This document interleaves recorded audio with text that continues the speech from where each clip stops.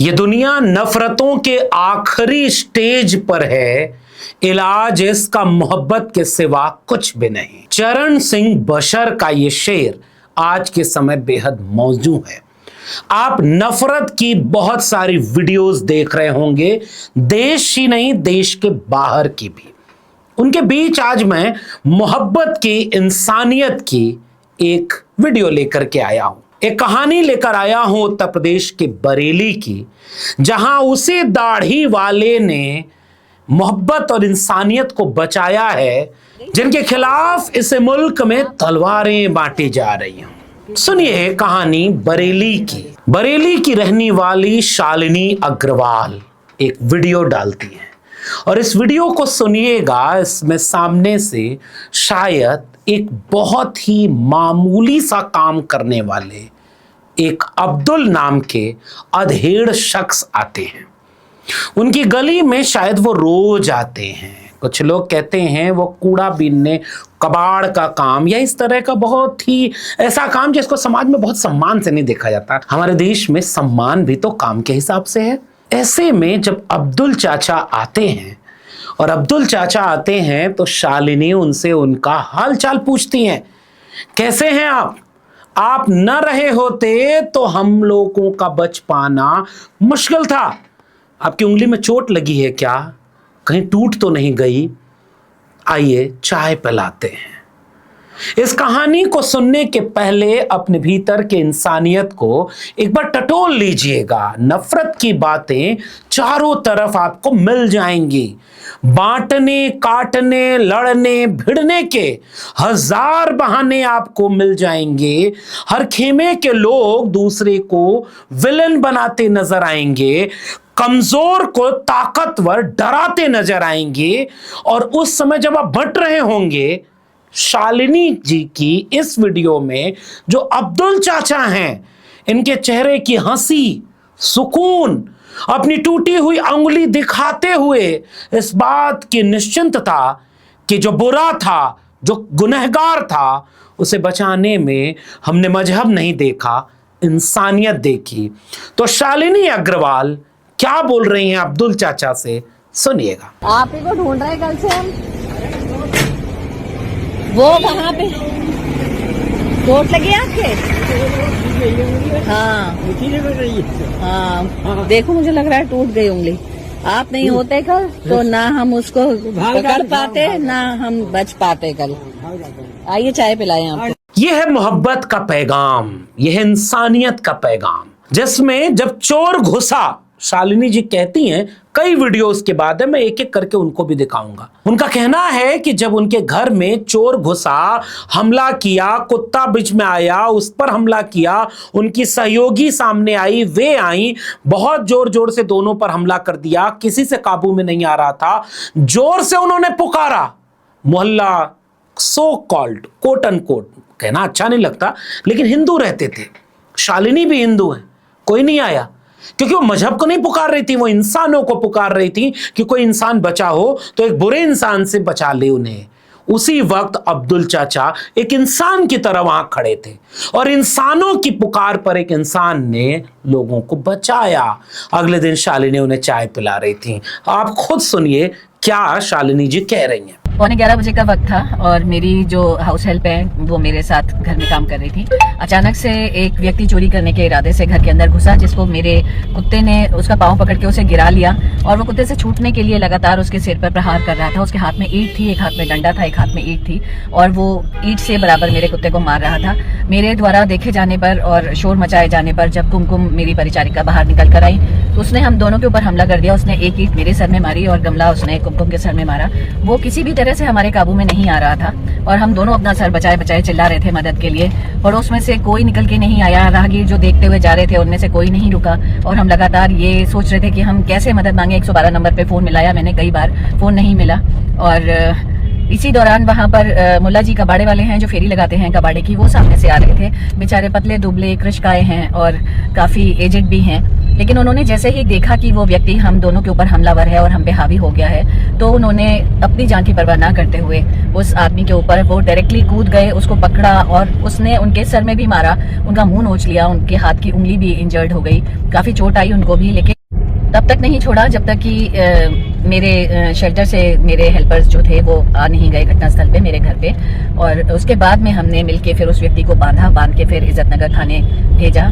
तो ये एक मिसाल है, एक नज़ीर कायम की है मुल्ला जी ने कि अपनी जान की परवाह ना करते हुए वो हम लोगों को जिस तरह से बचाने के लिए जूझ गए, उससे गुत्थम गुत्था हो गए, वो चीज़ हमने अपनी आंखों से देखी और महसूस की कि धर्म और मजहब इंसानियत का ही नाम है, जिसे लोग गलत मायनों से देख रहे हैं, गलत मायनों से समझ रहे हैं। नफरत के इस बियाबान में शालिनी जी सच कह रही हों और ऐसे जाने कितने लोगों के किस्से मिल जाएं तो ये दुनिया थोड़ी खूबसूरत हो जाएगी। ये वीडियो इतनी महत्वपूर्ण है, इतनी उम्मीदों भरी है, आंखों में चमक लाने वाली, और ऐसी कहानियां जाने कितनी इस देश में कहीं ना कहीं दब जाती होंगी।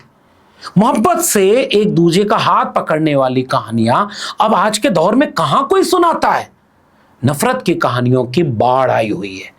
हुकूमत में बैठे लोगों को शायद नफरत पसंद है क्या, वरना ये नफरती लोगों पर जैसी कार्रवाई होनी चाहिए वैसे नहीं होती। वरना इनके इतने मन बढ़े हुए हैं कि हर दिन कोई ना कोई नई वीडियो आती है। आपने तलवार बांटने वाली वीडियो से लेकर के दूसरे मजहब के लोगों के ऊपर हमला कर देने की जाने कितनी वीडियोस देख लिए और रोज आ रही हैं अपनी स्क्रीन पर, फिर से देखिए।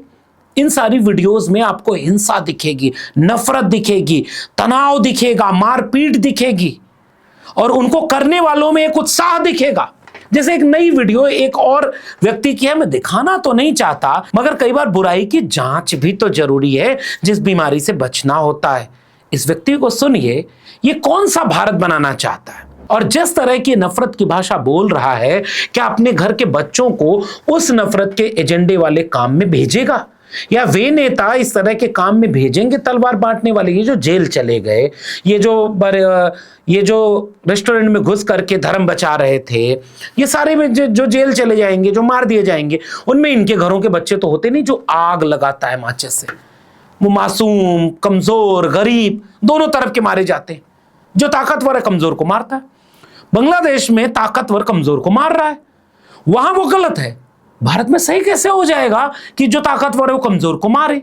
इसलिए इस तरह के वीडियोस को मजबूरी में दिखाना पड़ता है। लेकिन नई नई वीडियो देख करके क्या मैसेज देना चाह रहा है, जरा सुनिए। सभी भाइयों को जय श्री राम। मैं अपने सभी भाइयों से बताना चाहता हूं, जो हम चाहते थे वो हमने करके दिखा दिया। क्योंकि जिस प्रकार पूरे देश में हिंदू को इस तरीके से दिखाया जा रहा था कि हिंदू जो असहाय है और बांग्लादेश में हिंदू मर रहा है, कोई उनके साथ नहीं खड़ा है। कल मैं टीवी पर देख रहा था और मुझे अच्छा लगा कि एनडीटीवी ये कह रहा है कि बांग्लादेश में भी हमारे वाली वीडियो देखी जा रही है।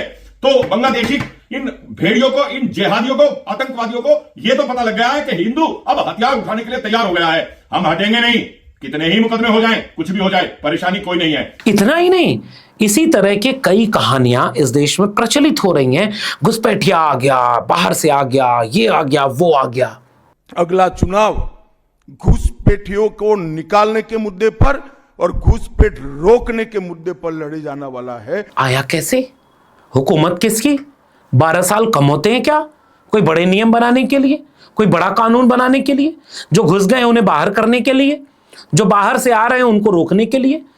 इस समय बंगाल में चुनाव है और गृह मंत्री अमित शाह के जाने कितने वीडियोस, बयान ऐसे वायरल हो रहे हैं जिसमें वो चाहते हैं कि बंगाल का पूरा चुनाव घुसपैठिए के नाम पर लड़िया जाए।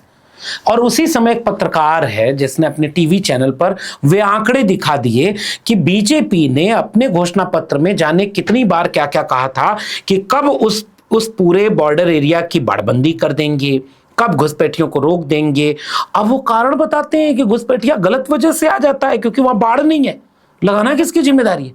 और चुनाव को घुसपैठिया बनाम यहां के लोगों की करना चाहते हैं। अमित शाह को सुनिएगा, लेकिन एक सवाल मेरा पूछिएगा अपने आप से कि ये जो बिहार में घुसपैठिया थे, एसआईआर के बाद कितने पाए गए? संख्या जानते हैं आप? अमित शाह जी से पूछ लीजिए कितने घुसपैठिए थे बिहार में, क्योंकि उन्हीं के नाम पर पूरा एसआईआर तोप दिया गया। अब दिल्ली में कितने पाए गए, झारखंड में कितने हैं, या उत्तर प्रदेश में अभी तो देर में आएंगे क्योंकि 27 में चुनाव है। जहां जहां चुनाव हो गए वहां की घुसपैठिया कहां है आजकल? क्या कर रहे हैं, किधर है, कितने बाहर निकाले गए, कुछ नहीं पता। बंगाल चुनाव है, पहुंच गए साहब वहां पर। देखिए क्या कह रहे हैं। अगला चुनाव घुसपैठियों को निकालने के मुद्दे पर और घुसपैठ रोकने के मुद्दे पर लड़े जाने वाला है। ऐसे में होता यह है कि राजनीति असली मुद्दे से आपको ध्यान भटका देती है। अब आप उनकी नाकामी पर, उनकी कमजोरी पर, उनकी विफलता पर, उनकी नफरत की राजनीति पर सवाल ही नहीं कर पाएंगे। आप सवाल नहीं पूछ पाएंगे कि इन नेताओं ने अपने बच्चों को तो विदेश पढ़ने भेज दिया। अच्छा नेता वही माना जाता है जो अपने बच्चों को विदेश में सेटल कर दे और फिर जब अपने देश में लौटे तो धर्म खतरे में बताकर बाकी गरीबों, कमजोरों, मजलूमों के बच्चों को किसी दंगे की भीड़ में, किसी चुनावी रैली में तो कहीं सेटल कर दे।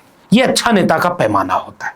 अच्छा नेता करोड़ों में खेलता है और करोड़ों को गरीब बनाता है ताकि उनके उकसावे पर कोई तलवार बांटने वाली भीड़ में शामिल हो जाए, कोई बदला लेने वाली भीड़ में शामिल हो जाए, कोई घुसपैठिया निकालने वाली भीड़ में शामिल हो जाए। स्कूल बचाने की भीड़ ही न बन पाए, रोजगार मांगने की भीड़ ही न बन पाए।